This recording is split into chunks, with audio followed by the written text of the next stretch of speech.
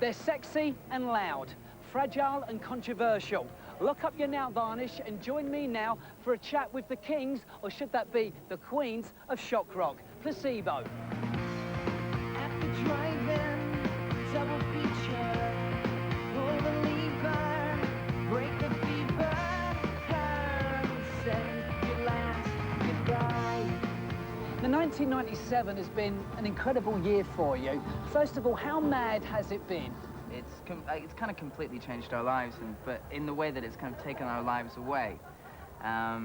We don't seem to have them anymore. You know, we don't seem to have a life. We're just continually in a different town every day. So that's really changed. And but it's the way that people react to you as an individual has changed incredibly as well, which takes a lot of getting used to. And I don't think we're still completely comfortable with it. Can you give us any examples? Are there any sort of like particularly memorable ones? There's a couple of classics, but... but we can't go into that right now. Can't you just sort of like gloss over them a little bit, Steve? I like the sound of that. I think, well, one of the main ones on everybody's lips is probably Tea in the Park episode, which is just falling out with a fan, or a fan getting too possessive in a way. A stalker. A stalker, and it got involved with the media, and it all sort of went off in the press. And it was kind of like you feel the band going up another run up the ladder, and it's like that every month at the moment. You come further and further off this in a more, it's a bigger and newer world. It's weird. Someone tried to do me. Someone tried to do me. Someone tried to do me. Has that been sort of like weird, kind of like, you know, climatizing yourself to, you know, that whole sort of like lifestyle? You can lose yourself. You can get caught up in the treadmill and in the spiral, and you can kind of like, sometimes if you let it just go a bit too much, you sort of become a horse with blinkers on. You're not kind of like looking around you at what's going on. You can kind of get a bit too wrapped up in the whole hedonism of it.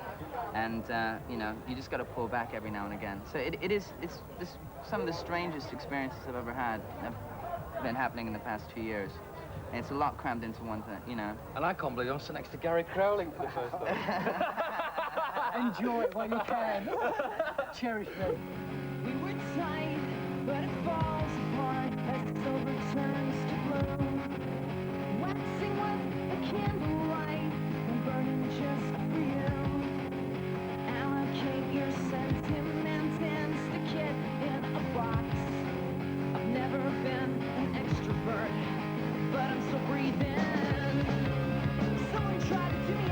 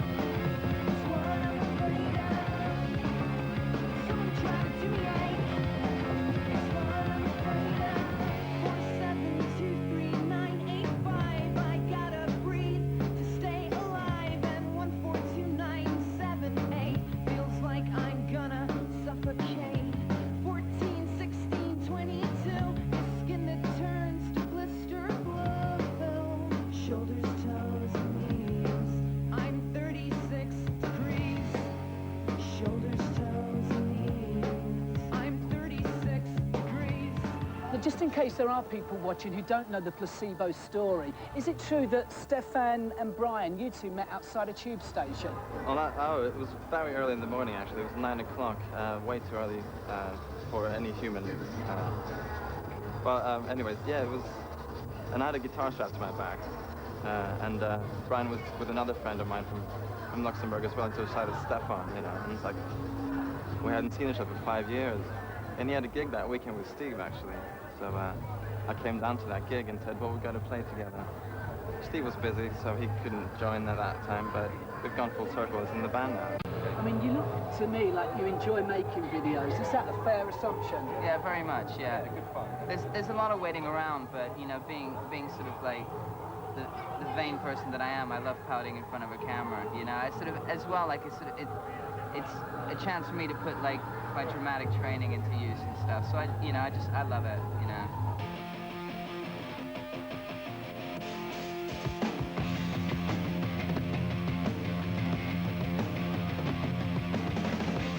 Alcoholic kind of mood.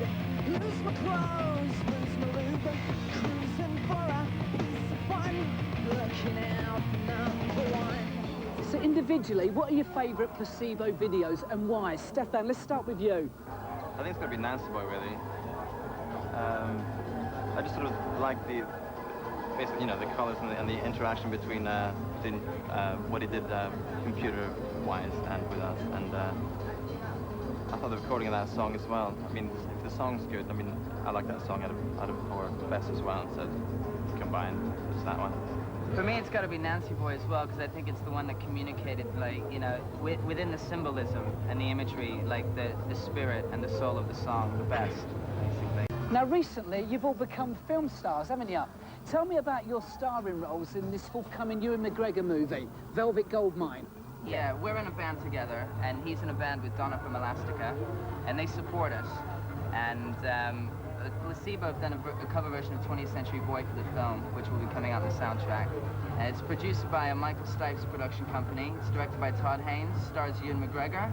And we're in a band that's kind of like the comic relief, like we call it, you know, frock rock, where we camp it up a hell of a lot, you know. Like the London version of the New York Dolls. Yeah. Full boots, hair extensions, full-on makeup. And what, do you actually have speaking roles as well? Yeah, well, we did a couple of lines each. Yeah. Really? I got mine right every time. What do we do?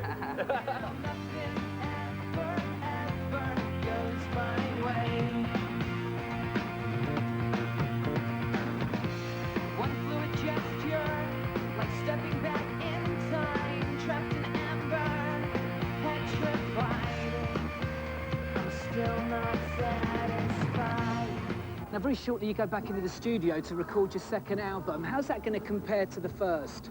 Well, basically, I have a feeling it's going to weigh a lot. It's going to be very heavy. It's going to be sort of full of emotion, sort of full of weight. And,